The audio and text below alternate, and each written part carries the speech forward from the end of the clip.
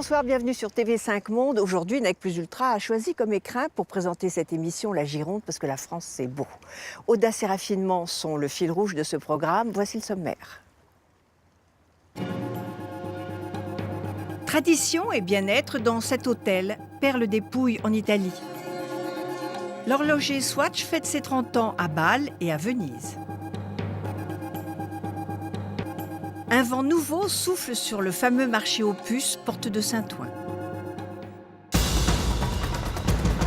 Tout de suite maintenant, je vous emmène dans les Pouilles au sud de l'Italie, dans une masseria transformée en élégant hôtel. C'est là, comme je vous l'avais dit sur Twitter quand j'ai découvert l'endroit, que l'on maigrit en mangeant des pâtes, mais pas seulement. Il ne faut pas se fier à l'apparence du bâtiment. Il est ancien, mais le confort est moderne. L'hôtel a été construit dans une cour de guet du XVe siècle appartenant aux chevaliers de Malte. La masseria, c'est l'ancienne construction de la caractéristique de la Pouille. Normalement, avant, c'est construit en tour pour protéger la propriété de l'invasion des Turcs.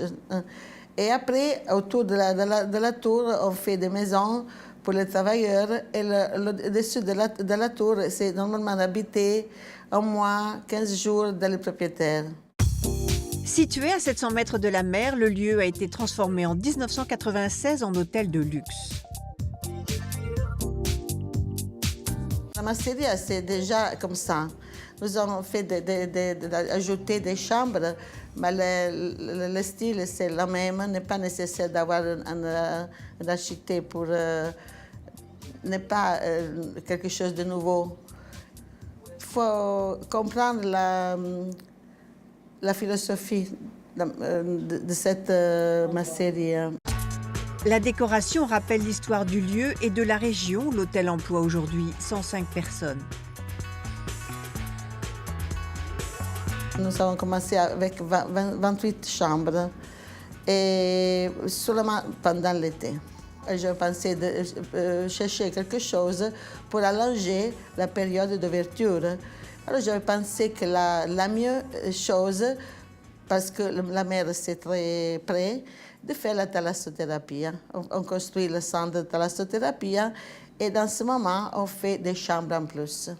Et commence vraiment le travail. Parce que maintenant, la masseria s'est fermée juste 2 mois, un mois et demi. Et c'est ma vie maintenant. Le centre de thalassothérapie, le premier d'Italie, est alimenté par les eaux salées et minéralisées de l'Adriatique, puisées à plus de 400 mètres de profondeur.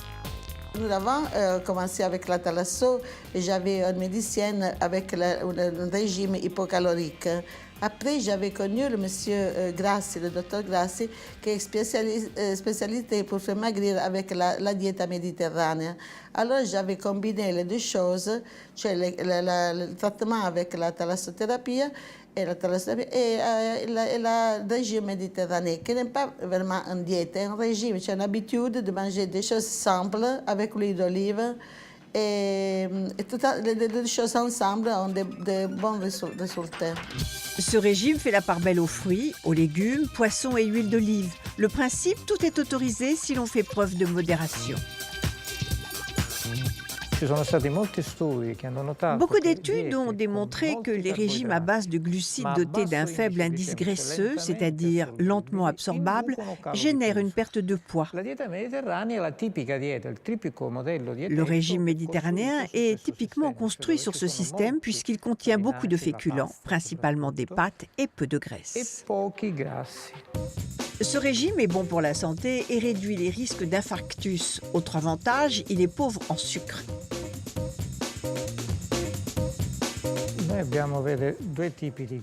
Nous avons 2 types de graisse dans notre organisme, dites sous-adipeuses. L'une d'entre elles arrive très tôt après la naissance et semblait disparaître avec le temps. En réalité, nous avons compris qu'elle ne disparaissait pas, mais qu'elle devenait inactive. Par sa couleur plutôt sombre, on l'appelle graisse brune. Cette graisse a un rôle très important car elle brûle les calories pour maintenir la température du corps. Il s'agit donc de savoir utiliser ses propriétés amaigrissantes.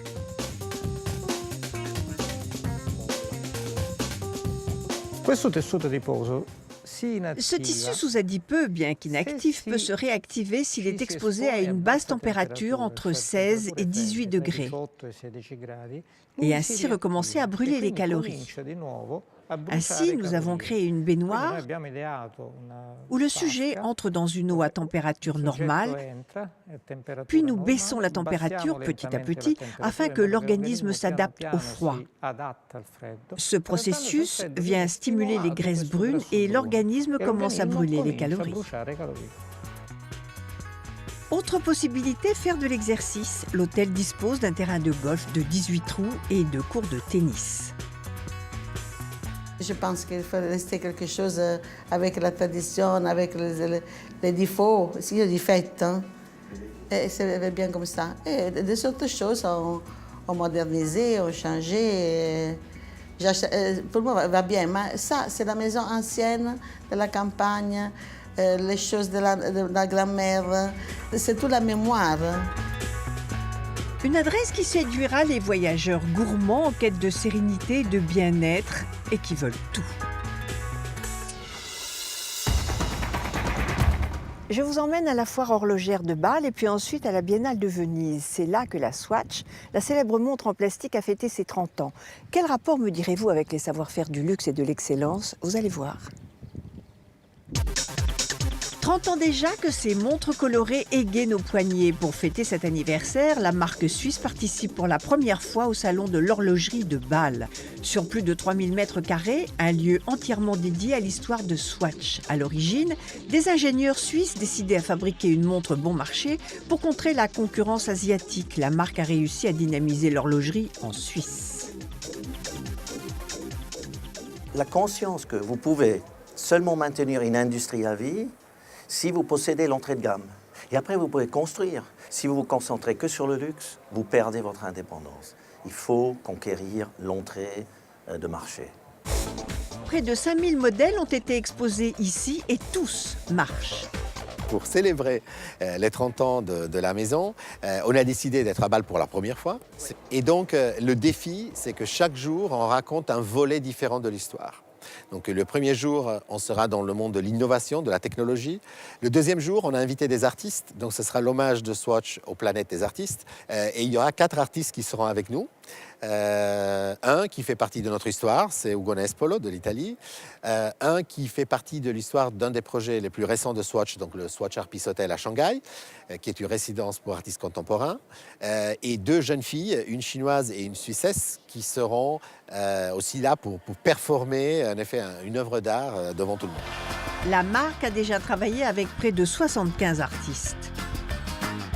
On offre aux artistes une toile vide qui est très petite, donc qui est un défi pour la plupart des artistes, mais qui les inspire aussi beaucoup parce que c'est lié au temps, parce que c'est lié justement à l'innovation. Donc il y a plusieurs angles d'attaque.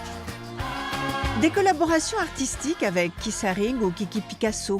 Grâce à elles, ces montres sont devenues synonymes d'audace et d'originalité, le luxe. C'est cet esprit, ne jamais accepter les règles qu'on vous donne sans demander pourquoi. Il faut toujours demander mais pourquoi. Comme un enfant, si vous dites bah, écoute, maintenant tu dois aller au lit, il va dire mais pourquoi? Mais tu dois aller au lit. Il dit oui, mais pourquoi? Je ne suis pas fatigué. Alors il faut donner des explications. Et ça, c'est un esprit pirate, rebelle, toujours demander pourquoi une règle existe. Et c'est comme ça que vous gardez quand même votre curiosité, votre imagination de saisissant. C'est une des raisons du succès de la marque. Ce sont des objets du désir, mais ce sont des objets du désir par leur contenu, pas par leur prix. Car ici, le luxe n'a pas de prix. Si vous voulez le luxe, le vrai luxe, c'est l'art. 4 artistes ont réalisé des œuvres sous les yeux des visiteurs. Ici, la toile de la chinoise Hélène Chang. Là, celle de l'italien Ugo Nespolo, de l'art pour le poignet.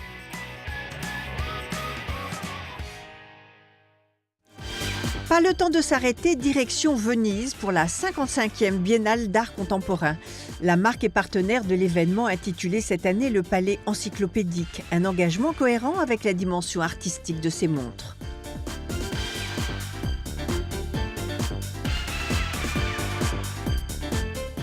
On a plusieurs projets dans l'univers de l'art Et certainement, celui de la Biennale est un des plus importants parce que c'est aussi devant le monde entier. C'est un événement où le monde entier vient à Venise. Et nous, on présente un projet qui s'appelle Swatch Faces, donc les différents visages de Swatch. Les visages de Swatch, ce sont ceux des artistes accueillis par la marque en résidence dans son hôtel de luxe à Shanghai.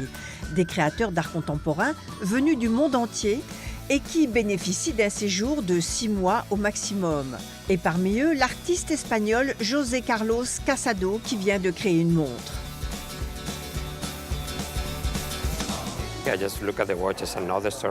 C'était amusant de travailler sur une montre car c'est un autre média, une autre surface.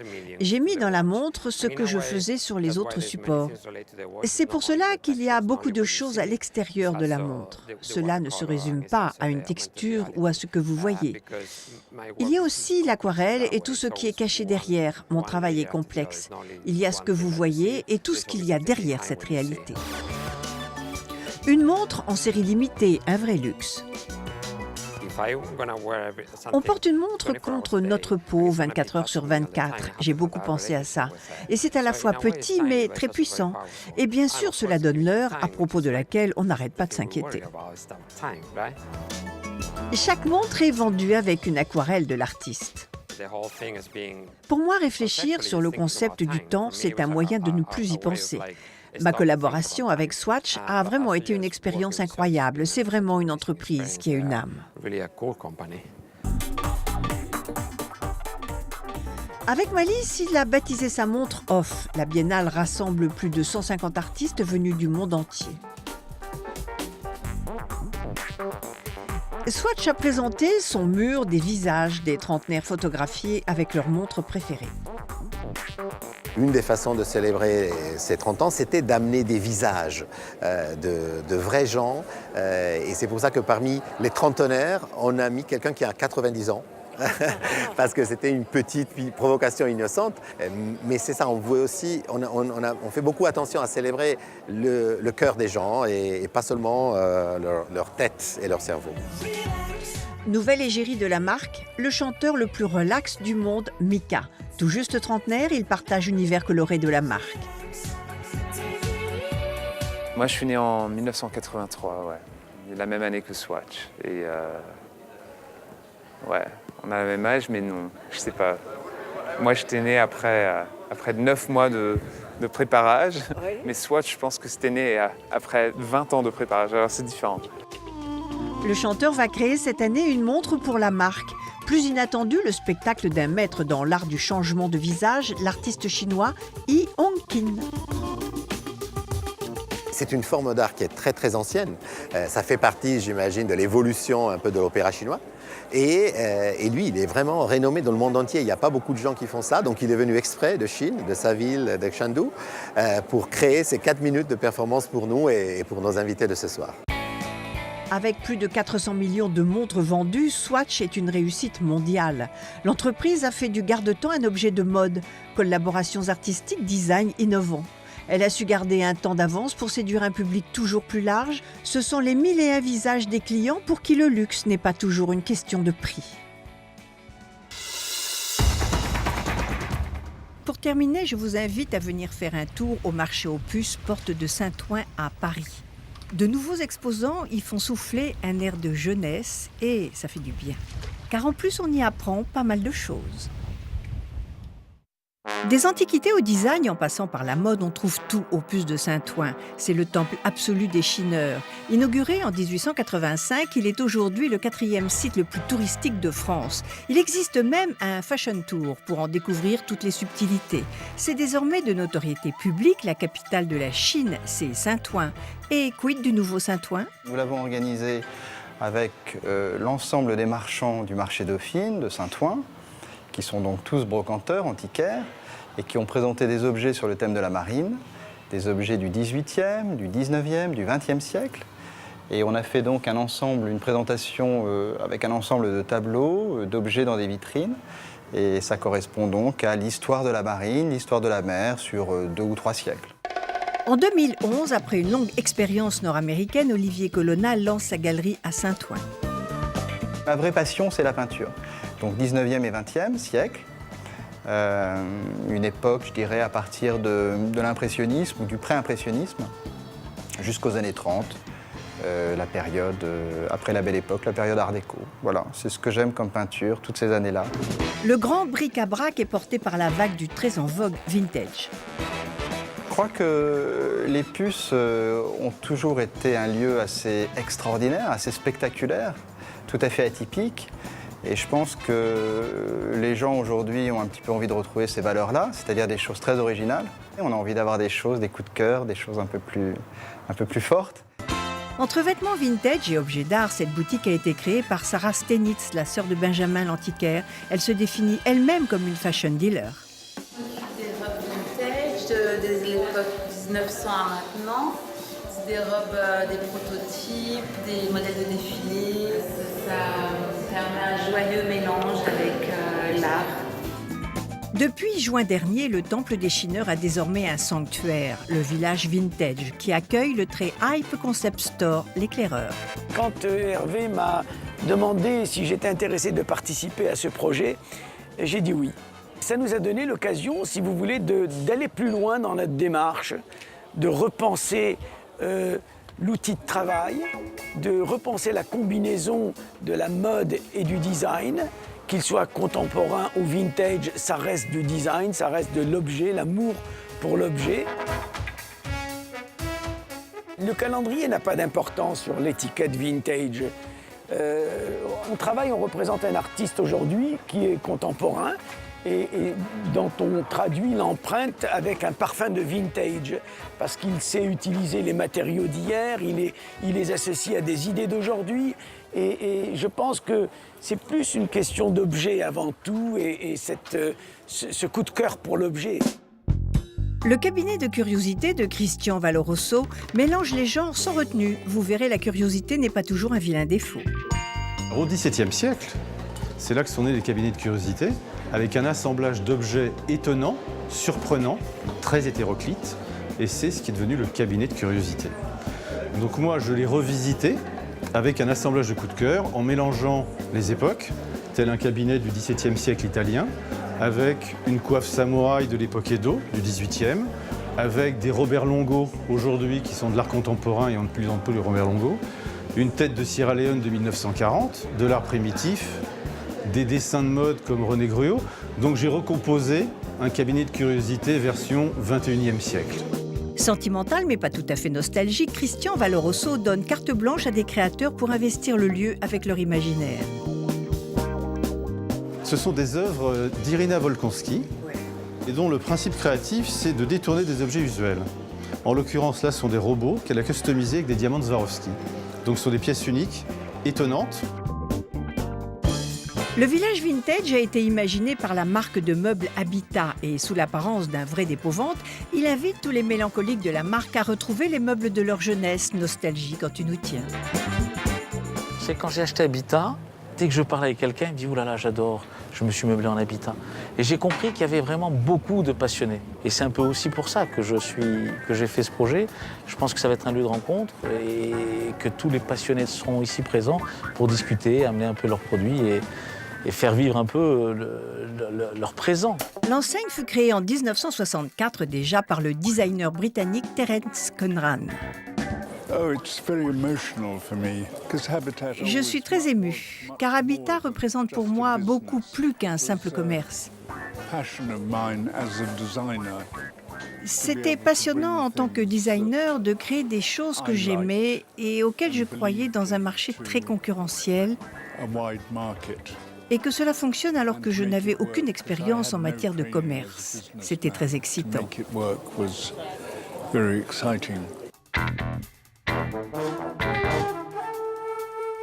Notre ambition, c'est de réunir donc les grandes marques pour exposer leur histoire et leur vintage ici.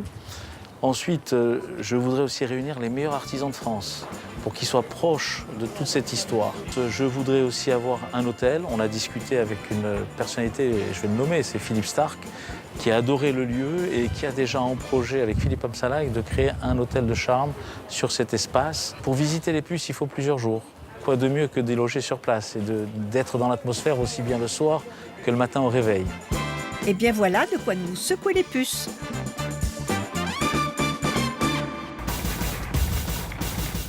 Et si c'était ça, pensez à tout dans les moindres détails pour faire plaisir aux autres. Merci de nous avoir suivis, merci de votre fidélité. Je vous retrouve la semaine prochaine, toujours sur TV5 Monde ou sur notre page Facebook, où vous pouvez revoir pendant 3 mois cette émission. En attendant, voici notre coup de cœur, puisqu'à Nec Plus Ultra, le luxe est avant tout une histoire de cœur. Au revoir.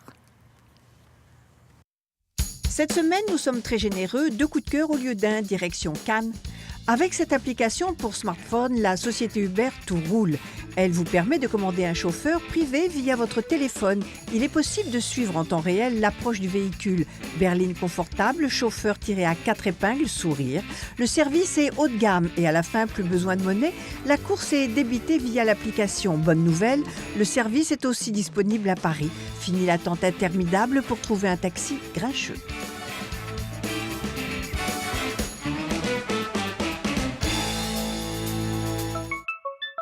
Levana lance le bijou pour oreille. Il ne se fixe pas sur le lobe, mais derrière grâce à une oreillette. Les plumes sont françaises et l'objet réalisé à la main à Cannes. Il existe une 30aine de modèles, un accessoire tendance et made in France.